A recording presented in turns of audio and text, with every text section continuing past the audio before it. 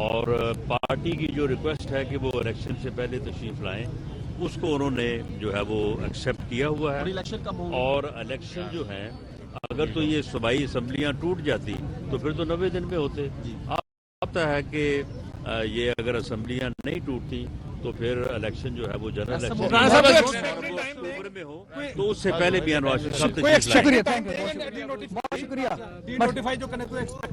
جی میں expected time میری 4 بجے کا تھا. میری رائے میں تو جو ہے وہ آج ہونا چاہیے لیکن میں گورنر صاحب کو ڈائریکشن نہیں دے سکتا. تھینک یو، بہت شکریہ.